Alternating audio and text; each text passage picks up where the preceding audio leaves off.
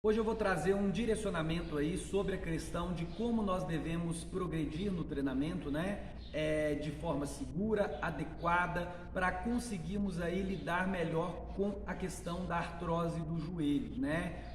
O exercício a gente sabe que promove inúmeras melhoras, né, na qualidade de vida da pessoa que tem artrose e ele é considerado aí como um analgésico, né? As pessoas que fazem exercício físico elas costumam a precisar menos de remédios para conter a dor da artrose, pessoal. E já indico aí duas referências interessantes, o Dr. Adriano Leonardi e também o Gabriel Leão do Joelho em Evidência, que podem ajudar vocês que têm algum problema correlato em joelho, seja condromalácia, ruptura de menisco, lesão em ligamento cruzado anterior, pode ajudar vocês a um direcionamento do que eu devo, do que não devo fazer.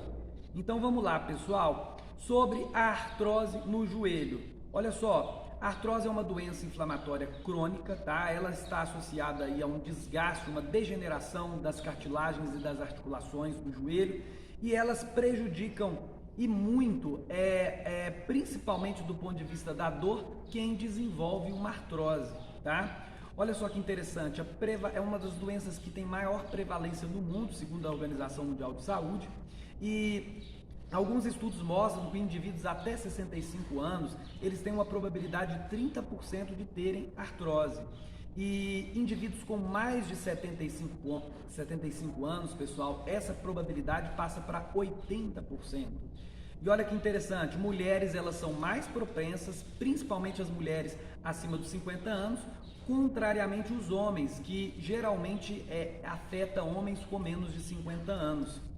E pessoal, alguns fatores de risco dessa artrose de joelho seria a hereditariedade, né? Algo que vem de pai para filho. Se você tem uma pessoa na família que tem artrose, você tem maior probabilidade de desenvolver a doença. Além disso, a obesidade, né? Porque ela está ligada a uma pior resposta a uma reação inflamatória aí, e uma maior probabilidade de lesionar o joelho, até pelo excesso de peso e de carga que o obeso ele coloca sobre o joelho ao longo da vida. Além disso, pessoal, pessoas que já tiveram alguma lesão em ligamento cruzado anterior ou ruptura de menisco são mais propensas a desenvolver artrose no joelho, e também pessoas que possuem desvios posturais, o joelho valgo, que é o joelho mais voltado para dentro, e o joelho vago, aquele joelho do Garrincha, né, mais voltado para fora, são mais propensas essas pessoas de desenvolverem artrose. Junto com isso, pessoas que já tiveram alguma fratura no joelho ou então doenças articulares, por exemplo, uma artrite reumatoide, né, pessoal? Tudo isso é fator de maior probabilidade de desenvolver artrose. E olha só, alguns sintomas correlatos à artrose do joelho. A dor seria o principal sintoma da artrose e também é considerada aí uma rigidez articular. Pessoas com artrose, casos mais agudos, né, ela tem 4 estágios aí, a doença de degeneração, elas costumam, por exemplo, não fazer a extensão completa do joelho, a gente falando de casos mais agudos. E outro sintoma aí seria o que a gente chama de derrame articular, que seria uma água que se coloca dentro do joelho, né, pessoal? E ela está associada a inchaço, seria um sintoma aí da artrite, da artrose. E em estágios mais graves, podendo chegar, né, até a entortar o joelho, né, uma deformidade nesse joelho. Juntamente com instabilidade, né? Você está andando lá e de repente você falseia a sua passada e aumenta o risco de queda, né? E isso é muito importante porque o idoso, que é um público que sofre muito com a artrose, tem maior probabilidade de queda se não trata da doença, tá? E é muito interessante, pessoal, por estar associada a uma doença do envelhecimento, pessoas aí que têm artrose, costumam a pensar que não precisam de tratamento, né? Mas a gente sabe que a atividade física ela vai melhorar muito a qualidade de vida desse paciente, ok? Então vamos lá, pessoal. O diagnóstico ele é feito por um médico, ele possui 4 estágios de evolução da doença e está relacionado ao pinçamento articular. Quanto mais pinçado, mais dor e mais desenvolvida está a doença. E vamos lá. O exercício ele pode ajudar? Sim, né? Pode ajudar muito, né? Como eu disse ali no início da minha fala, alguns estudos vão mostrar que as pessoas que fazem exercício físico precisam de usar menos analgésicos para ter que suportar a dor, né? Mas aí seria um ponto, pessoal. Quais seriam as estratégias que nós devemos adotar aí num salão de musculação com essa pessoa que tem artrose? Olha só, o primeiro princípio que a gente tem que levar em consideração seria o princípio da individualidade. Pessoas que têm artrose, elas podem ter diferentes tipos de condicionamento físico, diferentes pesos, né? A gente pode estar falando de um obeso ou pode estar falando de uma pessoa que não tem obesidade. Diferente condicionamento físico, uma resposta cardiovascular, ou seja, uma pessoa com artrose, algumas podem ter um condicionamento físico que vão levar elas às alturas e outras um condicionamento físico não tão propenso. E a gente sabe que esse princípio da individualidade não foge à regra para uma pessoa que tem artrose.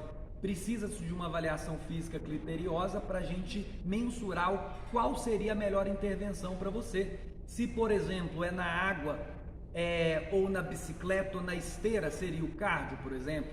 Se a velocidade da sua marcha seria uma caminhada seguida de trote ou não, o trote pode causar um impacto demasiado. E por aí vai, pessoal. Então, primeiro ponto, a gente precisa de saber o grau de treinabilidade do aluno, né? Fazer testes de carga, testes preditivos de carga é algo muito importante para mensurar a carga do sujeito, tá?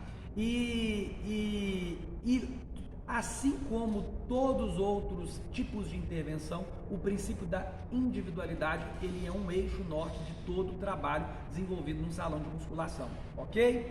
Levando em consideração o princípio da individualidade, nós colocamos outro princípio fundamental a ser desenvolvido com um aluno que tem artrose, que é a periodização. A gente sabe que tem um teórico que brinca que não existe periodização incorreta. O que não existe é não periodizar. O que não pode é não periodizar.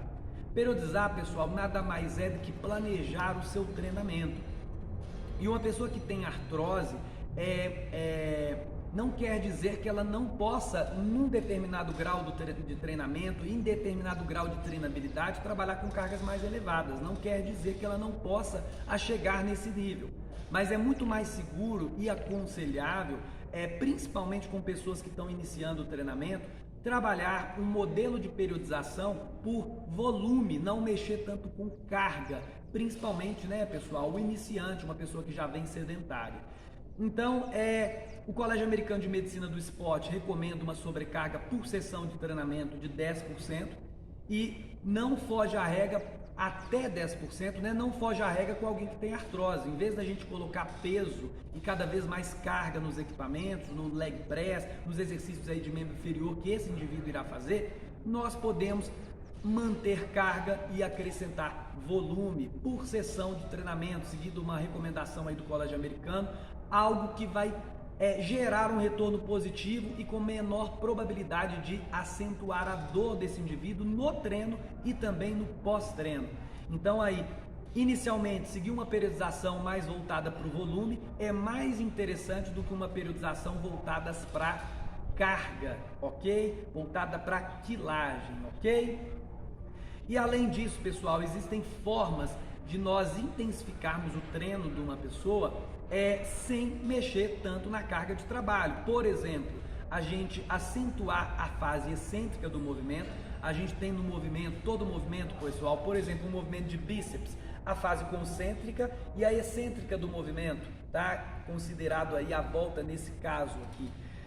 E aí, a gente fazendo 1 segundo a fase concêntrica e 3 segundos a excêntrica, a gente aumenta aí, por exemplo, o número de unidades motoras, as fibras musculares que estão sendo recrutadas, deixamos aí com menos carga, né, com baixa carga, o exercício mais intenso, porque aumentamos o tempo que a fibra fica sob tensão.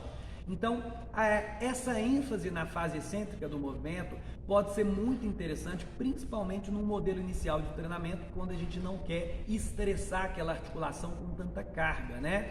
A gente precisa de ver a resposta do aluno no pós-treino. A gente sabe, pessoal, que todo treinamento físico ele tem um quê de ciência que é fundamental e muito importante, que vai nortear o trabalho do educador físico, e um quê de arte, que seria, por exemplo, a resposta que esse indivíduo reage ao treino. Alguns indivíduos aí com artrose, nas primeiras sessões de treinamento, podem não sentir nenhuma dor correlata a um agachamento, por exemplo. Outros precisam de uma fita de suspensão, como se fosse uma muleta inicial, para eles conseguirem agachar em uma amplitude interessante e adequada, e para ter uma resposta pós-treino que não seja negativa, que impacte na qualidade de vida dele, tenha dificuldade de andar depois de um treinamento. Isso não é interessante, tá? E mais na frente a gente vai falar que, no caso da artrose em específico, todo esse tipo de reação ao treinamento deve ser orientada e direcionada ao médico, tá? O treinamento, ele pode prejudicar, mesmo estando feito de maneira correta. E por isso que o trabalho interdisciplinar é importante nesse processo. E além, pessoal, da gente caprichar nessa fase excêntrica, tornar o movimento mais lento e, consequentemente, não precisar de trabalhar com tanta carga inicialmente, fazer séries isométricas também pode ser uma boa estratégia. Por exemplo, séries isométricas são séries que nós promovemos aí, olha, no final da fase excêntrica ou até da fase concêntrica, um pico de contração. E nesse pico de contração, a gente tem um torque resistivo muito grande, uma carga sobre a musculatura, e nós aí conseguimos estressar a musculatura sem colocar tanta carga no aparelho, por exemplo, tá? Então, além do princípio da falha concêntrica, que pode ser uma importante ferramenta no início de trabalho, né, que o princípio da ênfase na fase excêntrica, pessoal, né, que deixando o movimento lento. O princípio da isometria também, ele pode ajudar muito a estressar a musculatura trabalhando com baixa carga, consequentemente preservando esse indivíduo que está iniciando o treinamento, tá bom? Fora isso, nós sabemos aí que o trabalho do core, ele é importante, né, para manter uma estabilidade do corpo, e no caso específico dá uma estabilidade no joelho, porque trabalha o glúteo, né, que está associado aí a essas questões de estabilidade de joelho.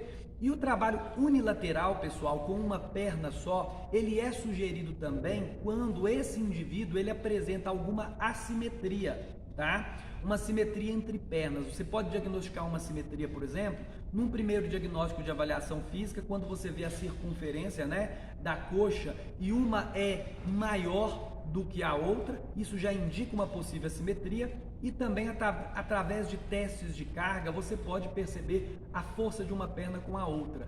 Caso seja necessário um trabalho isométrico, levando em consideração exercícios unilaterais no salão de musculação, eles são indicados, um afundo, por exemplo, um avanço, por exemplo, ou uma elevação pélvica aí unilateral, e entre outros exercícios podem vir a ajudar aquele indivíduo que apresenta simetria, tá? E além da simetria, também um descompasso na região anterior da coxa e posterior, uma fraqueza no quadríceps associada a uma fraqueza nos isquiotibiais, que é a posterior da coxa, elas podem aumentar também a probabilidade de dor, né, e também de lesão, ok? Então, esse princípio do trabalho lateral ele pode ajudar, e a progressão do treinamento, pessoal, ela deve levar em consideração o princípio da falha concêntrica. É um princípio que nós já utilizamos para treinar pessoas sem artrose, né? Mas para pessoas com artrose, isso também entra em questão. Um treino intenso, pessoal, ele não necessariamente precisa de ser um treino com alta carga. A gente consegue colocar intensidade no seu treino até com cargas de 40% de uma repetição máxima ou 50% de uma repetição máxima, chegando à falha concêntrica com alto volume, por exemplo, 30 repetições. Então, olha só, o que seria uma falha concêntrica, pessoal? No mesmo bíceps que eu utilizei como exemplo, eu estou fazendo a contração, cheguei aqui, olha, eu não consegui a amplitude total do movimento, eu fiz uma amplitude parcial, porque na minha fase concêntrica do movimento eu cheguei à minha máxima capacidade, não consegui completar a amplitude de movimento. E chegar à falha concêntrica nas musculaturas que nós estamos trabalhando aí para dar estabilidade a uma pessoa que tem artrose ela é importante, é um princípio importante para a gente manusear a carga de treinamento e para conseguir realmente evoluir a musculatura, criar adaptações na musculatura. Existe uma forma de trabalho, pessoal, que alguns profissionais que são inseguros sempre trabalham para evitar que aquele indivíduo sinta dor, que ele não tenha nenhuma associação aí com dor durante o treinamento. Porém, te colocar demais na zona de conforto pode fazer com que você não progrida, não fortaleça a musculatura que realmente precisa de fortalecer e te dar uma maior estabilidade no joelho. Então a gente sabe que para a artrose a gente precisa de trabalhar fortalecimento de glúteo, precisa de trabalhar o fortalecimento de quadríceps, da posterior da coxa, os isquiotibiais, toda essa cadeia de membros inferiores aí, ela vai ajudar para dar maior estabilidade no joelho, ok? Então, além desses princípios de falha concêntrica, pessoal, alguns sistemas de treinamento pode vir a ajudar e a calhar, encaixar perfeitamente para as pessoas que têm artrose. Por exemplo, se eu estou fazendo um agachamento e eu quero proteger esse aluno com artrose, não quero colocar cada vez mais quilagem, né, para potencializar aí essa dor no pós-treino, pessoal, o que eu posso fazer? Utilizar um sistema de biset, um sistema de triset, até mesmo um sistema de drop set. Por exemplo, o que seria um biset, pessoal? Eu saí de um agachamento na barra guiada, fui e completei com mais uma série sem descanso para a mesma musculatura, fiz outro agachamento até próximo à falha concêntrica. Eu estou trabalhando aí o que eu disse, né, no início do vídeo, uma carga maior de volume, sem colocar tanta quilagem, protegendo assim, né, as articulações e o joelho. Então, tanto um biset, que seria 2 séries, né, para o mesmo grupamento em sequência, quanto um triset, que seria 3 séries para o mesmo grupamento em sequência, são sistemas de treinamento que pode vir muito bem a calhar para o indivíduo que tem artrose. E vamos lá, pessoal. O treinamento aeróbio, ele é interessante, é uma recomendação? Sim, ele é importante. Lembrando lá no início da minha fala, pessoal, a importância da individualidade, como fazer esse aeróbico, para quê? Para quem eu estou prescrevendo esse aeróbico, tá? Porque o aeróbico, pessoal, ele está associado à produção de enzimas anti-inflamatórias, tá?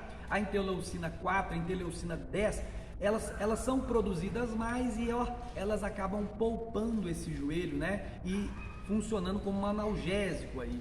Então ele é recomendado desde que seja feito de forma segura. Se eu tenho um diagnóstico de obesidade, por exemplo, um indivíduo com excesso de peso, fazer um protocolo, por exemplo, um HIIT curto, né, associado a trotes com esse indivíduo, não pode ser interessante, porque cada vez mais velocidade na esteira ou na pista mesmo, gera-se mais impacto.